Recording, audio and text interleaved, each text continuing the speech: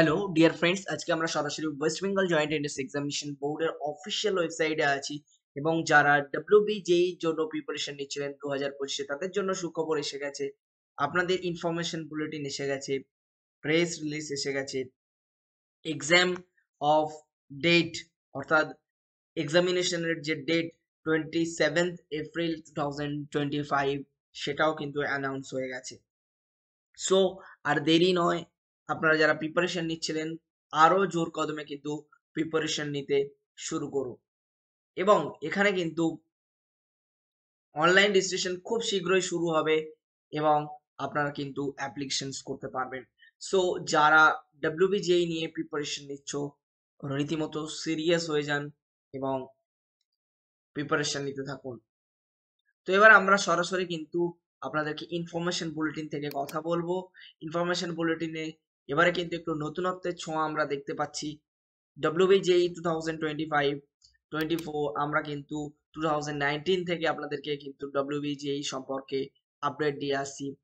এখানে যে 27/4/2025 এক্সাম হবে তার কিন্তু বিভিন্ন সেক্টর যেমন ইঞ্জিনিয়ারিং অ্যান্ড টেকনোলজি এবং আর্কিটেকচার এবং ফার্মাসি। যারা ফার্মাসির জন্য ভাবছো তারা কিন্তু ডব্লিউবিজেই দিয়ে কিন্তু ফার্মাসি পড়তে পারো। Common interest test for the admission to UG courses in engineering or technology, pharmacy and architecture. So এখানে ইনফরমেশন বুলেটিনে কি কি বলা হয়েছে এবং কি কি গুরুত্বপূর্ণ তথ্য দেওয়া হয়েছে সেগুলো কিন্তু আপনাদের সঙ্গে শেয়ার করব। মূলত যারা আবেদন করবেন তাদেরকে বলে রাখি www.wbjebb.nic.in এই অফিসিয়াল ওয়েবসাইট থেকে কিন্তু আপনারা আবেদন করতে পারবেন। যারা আবেদন করবেন এসেনশিয়াল দুটো জিনিস আছে, সেটা হচ্ছে mobile number and unique email ID এবং অ্যাক্টিভ হতে হবে। তার কারণ এখানে কিন্তু ওটিপি এবং যাবতীয় ডিটেলস যাবে। এবং যখন আপনি অ্যাপ্লিকেশন করবেন বা রেজিস্ট্রেশন করার সময় আপনার যে তথ্যগুলো দিচ্ছেন আপনি, যেমন নাম, বাবার নাম, মায়ের নাম, domicile and date of the birth, এগুলো কিন্তু একবার সাবমিট হয়ে গেলে আপনি আর কোনোভাবে কিন্তু চেঞ্জ, মডিফাই বা এডিট করতে পারবেন না এনি সার্কামস্টেন্স। ঠিক আছে, কোনো অবস্থাতেই কিন্তু আপনি চেঞ্জ করতে পারবেন। সো এগুলো পুট করার সময় ফার্স্ট ভালোভাবে দেখে নেবেন, দেন সাবমিট করবেন। ক্লিয়ার? এছাড়াও এগুলো বাদ দিয়ে কিন্তু কারেকশন পিরিয়ড কিন্তু আপনি পাবেন, সেখানে কিন্তু আপনি কারেকশন করতে পারবেন after the closing of registration. ঠিক আছে, এবার আসি ফিস। এখানে ডব্লিউবিজেই এর ফিস আপনি through net banking, debit card, credit card, UPI এবং কিউআর কোডের মাধ্যমে পেমেন্ট করতে পারেন এবং এক্সট্রা কিন্তু কোনো সার্ভিস চার্জ নেই অথরাইজড ব্যাংকের, এটা আপনাদেরকে বলে দিলাম আগে থেকে। এবং মূলত জেনারেল ক্যাটাগরির ফিমেল, মেল এবং থার্ড জেন্ডারদের জন্য ডিভাইডেড করা হয়েছে বিভিন্ন ভাগে, যেমন মেলদের জন্য 500, ফিমেলদের জন্য 400 এবং থার্ড জেন্ডারদের জন্য 300। এসসি এসটি ওবিসির জন্য কিন্তু এখানেও ডিভাইডেড করা হয়েছে মেল অ্যান্ড ফিমেলদের ক্ষেত্রে, ওবিসি বির ক্ষেত্রে, ওবিসি এর ক্ষেত্রে, ইডব্লিউএস এর ক্ষেত্রে, পিডব্লিউ এর ক্ষেত্রে, টিএফডব্লিউ এর ক্ষেত্রে কিন্তু এখানে আলাদা আলাদা করা হয়েছে। মেল 400, ফিমেল 300 এবং থার্ড জেন্ডার 200। সো এটা কিন্তু আপনাদেরকে দেখতে হবে। আপনারা আবেদন করার পরে কিছুদিন পরে কিন্তু আপনাদেরকে জানিয়ে দেওয়া হবে যে আপনাদের কারেকশন ডেট বা কারেকশন এডিট অপশন কবে আসবে, সেই অনুযায়ী কিন্তু আপনারা করবেন। আমি হয়তো এই ভিডিওতেই জানিয়ে দেব। এবং যখন আপনি আবেদন করছেন, আবেদন করার পরে কনফার্মেশন পেজ এবং অ্যাডমিট কার্ডের জন্য কিন্তু আপনি একটা কপি কিন্তু সেভ ভাবে রেখে দেবেন। ঠিক আছে, এটা তো হয়ে গেল মূলত কনটেক্সট বা এই ধরনের আপডেটস। এবং এরপরে ডব্লিউবিজেই শিডিউল কেমন হচ্ছে, পেপার অ্যান্ড র্যাঙ্কস কেমন হচ্ছে, কোশ্চেন প্যাটার্ন কেমন হবে, এবারে অ্যাপ্লিকেশন ফিস কেমন হবে। অ্যাপ্লিকেশন ফিস তো বলে দিয়েছি, সিলেবাস অফ এক্সামিনেশন কি হচ্ছে পুরোটাই কিন্তু এখানে থাকছে এবং আপনাদের আমরা আপডেট দিতে থাকবো। সিট ম্যাট্রিক্স কি হচ্ছে সেগুলো নিয়ে কিন্তু আমরা কথা বলবো। মূলত ফার্স্ট পেপার কিন্তু থাকছে ম্যাথামেটিক্স এবং সেকেন্ড পেপার থাকছে ফিজিক্স অ্যান্ড কেমিস্ট্রি। 11টা থেকে 1টা পর্যন্ত ম্যাথামেটিক্স হচ্ছে এবং ফিজিক্স অ্যান্ড কেমিস্ট্রি কিন্তু 2টো থেকে 4টে পর্যন্ত হচ্ছে। এটা আপনাদেরকে কিন্তু মাথায় রাখতে হবে। ঠিক আছে, এবং ফিজিক্সে 50 নাম্বার অফ কোশ্চেন, ফিজিক্সে 30 নাম্বার অফ কোশ্চেন, ম্যাথামেটিক্সে 50 নাম্বার অফ কোশ্চেন এবং কেমিস্ট্রিতে 30 নাম্বার অফ কোশ্চেন, এগুলো কিন্তু থাকবে। আগের বারে যেমন ছিল তেমনটাই, চেঞ্জেস তেমন কিছু হয়নি। সিলেবাস কিন্তু নিচে দেওয়া হয়েছে, আপনারা দেখে নেবেন। এবং এখানে কিন্তু ইনকারেক্ট অ্যান্সারের জন্য কিন্তু নেগেটিভ মার্কিং আছে, সো ভেবে চিন্তে কিন্তু এক্সাম দেবেন। ঠিক আছে, এখানে আরো কিন্তু গুরুত্বপূর্ণ তথ্য আপনাদের সঙ্গে শেয়ার করব। ফিজিক্স, কেমিস্ট্রি, ম্যাথ থাকতে হবে এই এক্সামে অ্যাটেন্ড করার জন্য।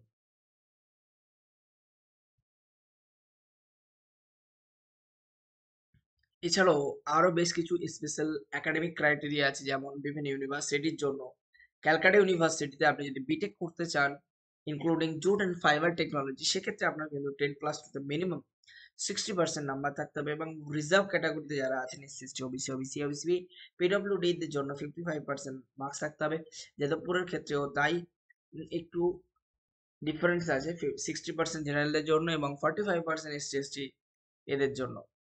ঠিক আছে, আর্কিটেকচারের ক্ষেত্রে কিন্তু সেক্ষেত্রে 50% মিনিমাম মার্কস লাগবে ফিজিক্স, কেমিস্ট্রি এবং ম্যাথামেটিক্স এর জন্য, এবং রিজার্ভ ক্যাটাগরিদের জন্য 37%। বিধানচন্দ্র কৃষি বিশ্ববিদ্যালয় বিটেক ইন এগ্রিকালচার ইঞ্জিনিয়ারিং এ আপনি কিন্তু এখানে 10+2 তে মিনিমাম 50% এবং যারা রিজার্ভ ক্যাটাগরিতে আছে 40% মার্কস কিন্তু তাদেরকে রাখতেই হবে। West Bengal university of animal fishery science BTech in dairy technology, সেক্ষেত্রেও কিন্তু এজ লিমিট একটি আছে, মিনিমাম এজ 17 হতে হবে এবং 10+2 তে ভালোভাবে 50% নাম্বার পেতে হবে, এবং রিজার্ভ ক্যাটাগরিদের জন্য 40% থাকবে। এবং ইউভিকেবি বা উত্তরবঙ্গ কৃষি বিশ্ববিদ্যালয় সেক্ষেত্রেও তাই, এক্ষেত্রে 45% মিনিমাম মার্কস লাগবে এবং 40% রিজার্ভ ক্যাটাগরিদের জন্য। আলিয়া ইউনিভার্সিটি, এখানে কিন্তু 50% মার্কস লাগবে এবং সবারই জন্য কিন্তু অ্যাটলিস্ট 50% মার্কস ফিজিক্স কেমিস্ট্রিতে, এবং সিকিউর অ্যাগ্রিগেটেড মার্কস সেক্ষেত্রে কিন্তু ইন্ডিভিজুয়ালি সাবজেক্টের জন্য 60% লাগবে। এবং জেএস ইউনিভার্সিটি, সেখানেও কিন্তু 60% মার্কস লাগবে বিফার্মের জন্য। এগুলো আপনার কিন্তু দেখে নিতে হবে। টেকনো ইন্ডিয়া ইউনিভার্সিটি, সেক্ষেত্রেও কিন্তু মিনিমাম 45% মার্কস লাগবে। বিটেক ল্যাটারেটিভ, BArch, BPharm, BTech biotechnology, Adamas ইউনিভার্সিটির ক্ষেত্রেও কিন্তু 60% মার্কস লাগবে। এগুলো কিন্তু আপনাকে দেখে নিতে হবে। BTech electrical, BTech electronics, communications, BTech mechanical engineering, BTech civil engineering, BTech biotechnology, so এগুলো কিন্তু থাকছে। তার সাথে সাথে সিস্টেনেবল ইউনিভার্সিটি এবং অ্যাডামাস ইউনিভার্সিটিতে ডিরেক্ট অ্যাডমিশনেরও ব্যবস্থা আছে, সো এগুলো কিন্তু আপনাদেরকে একটু দেখে নিতে হবে। এবং নিউটি ইউনিভার্সিটিতে BTech in robotics and automation, BTech in computer science and engineering, এক্ষেত্রে কিন্তু আপনার থাকতে হবে 60% করে marks. CSC data science, CSC AI and ML 60% marks লাগবে, এগুলো কিন্তু আপনার লাগবে।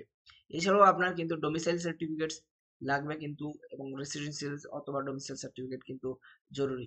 যদি এগুলো না থাকে সেক্ষেত্রে কিন্তু আপনি কোনোভাবেই অ্যাপ্লাই করতে পারবেন না যখন আপনার কাউন্সিলিং হবে। সিট ম্যাট্রিক্স, সিট ম্যাট্রিক্স এর ক্ষেত্রে কিন্তু 2025-26 সেশনে কিন্তু আপনাকে জানানো হবে, এখনো পর্যন্ত জানানো হয়নি। সেখানে কিন্তু জানালে আমরা নিশ্চিত আপনাদেরকে জানিয়ে দেব কতগুলো সিট ম্যাট্রিক্স কি আছে না আছে, সমস্ত ডিটেলস। মূলত এই ইনফরমেশন বুলেটিনে কি কি আপডেট এসেছে সমস্ত কিছুতে কিন্তু আপনাদের সঙ্গে আলোচনা করলাম, এবং কিভাবে আপনারা অ্যাপ্লাই করবেন, অ্যাপ্লিকেশন করার সময় ইমেজ কিভাবে আপলোড করবেন, এখানে সমস্যা হয়ে থাকে, সিগনেচার কিভাবে আপলোড করবেন সেটা একটি গাইডেন্স এখানে দেওয়া হয়েছে। এখানে বলা হয়েছে জেপিইজি অথবা জেপিইজি ফর্মে আপনি দেবেন, এবং 10 to 200 কেবি এবং সিগনেচার 4 to 30 কেবি কিভাবে কিন্তু আপনি দেবেন। ঠিক আছে, পুরো অ্যাপ্লিকেশন করার পরে একটি কনফার্মেশন পেজ নেবেন, সেগুলোতে কিন্তু এখানে দেবেন। ঠিক আছে, এবং জেনারেল রুলস অ্যাবাউট ডকুমেন্টেশন, সেগুলো কিন্তু কোনোভাবেই যেগুলো দেবেন শক্ত দেবেন, এবং কোনোভাবে যেন আলাদা আলাদা না থাকে। প্রোফর্মা রেসিডেন্সি সার্টিফিকেট এখানে আছে দেওয়া, এছাড়াও এখানেও প্রোফর্মে A2 দেওয়া আছে, এবং এখানেও দেওয়া আছে, যেগুলো আপনাদের জন্য অ্যাপ্লিকেবল, যার যার জন্য যে যে জিনিসটা অ্যাপ্লিকেবল সেগুলো কিন্তু আপনারা ইউজ করতে পারবেন।